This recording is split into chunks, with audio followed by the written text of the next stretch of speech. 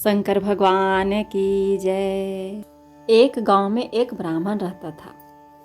वह ब्राह्मण बहुत ही सभी लोगों से जलनशीलता रखता था, सभी लोगों से नफरत करता था। इसके वजह से वो कहीं भी जाता भिक्षा मांगने के लिए तो उसे भिक्षा नहीं कोई देता था। तब वो ब्राह्मण भिक्षा ना पाने की वजह से वो गरीब हो गया। उसके घर में उसके बाल बच्चे भूखे रहने लगे। तो ब्राह्मण की जो पत्नी थी वो बहुत दुखी रहने लगी। तो एक दिन ब्राह्मण से कहती है कि हे ब्राह्मण देवता, आपको अपने गांव में भिक्षा नहीं मिलता है तो आप किसी दूसरे गांव में जाइए, वहाँ के लोग तो अच्छे होंगे, वहाँ के लोग आपको भिक्षा अवश्य देंगे। तब वो ब्राह्मण अपना गांव छोड़कर दूसरा गांव में भिक्षा मांगने चला जाता है। लेकिन वह ब्राह्मण की ऐसी दशा थी कि उसे उस गांव में भी भिक्षा नहीं मिलता है। और यही सब बात सोचता हुआ एक नदी के किनारे बैठ जाता है और वह रोने लगता है। फिर उसी रास्ते से शिव जी और पार्वती माता गुजरती हैं। वह ब्राह्मण को रोते देखकर माता पार्वती को दया आ जाता है और वो भोलेनाथ से प्रार्थना करती है कि हे भोलेनाथ, यह गरीब ब्राह्मण का क्या हुआ है, यह रो रहा है, आप इस पर कृपा करें। भोलेनाथ माता पार्वती को साथ लेकर उस ब्राह्मण के पास जाते हैं और कहते हैं कि हे ब्राह्मण, तुम्हें क्या तकलीफ है, तुम क्यों रो रहे हो।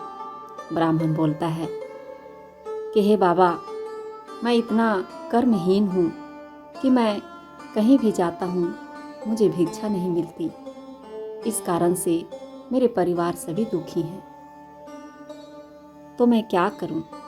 भोलेनाथ कहते हैं कि कोई बात नहीं, मैं तुम्हें एक जड़ी देता हूँ, वह जड़ी लेकर अपने घर जाना और अपने अंगना में उसे रख कर बोलना कि जय महादेव जी की बूटी, मेरे अंगना में 100 रुपया हो जाए और सबके अंगना में 200 रुपया हो जाए। फिर वह ब्राह्मण वह बूटी लेकर अपने घर आता है और उसे अंगना में रख देता है और कहता है कि जय महादेव जी की बूटी, मेरे अंगना में 100 रुपया हो जाए और सबके 200 हो जाए। फिर क्या, हर दिन इसी तरह सिलसिला चलता रहा। ब्राह्मण अपने अंगना में 100 रुपया देखता और सबके अंगना में 200 रुपया देखता।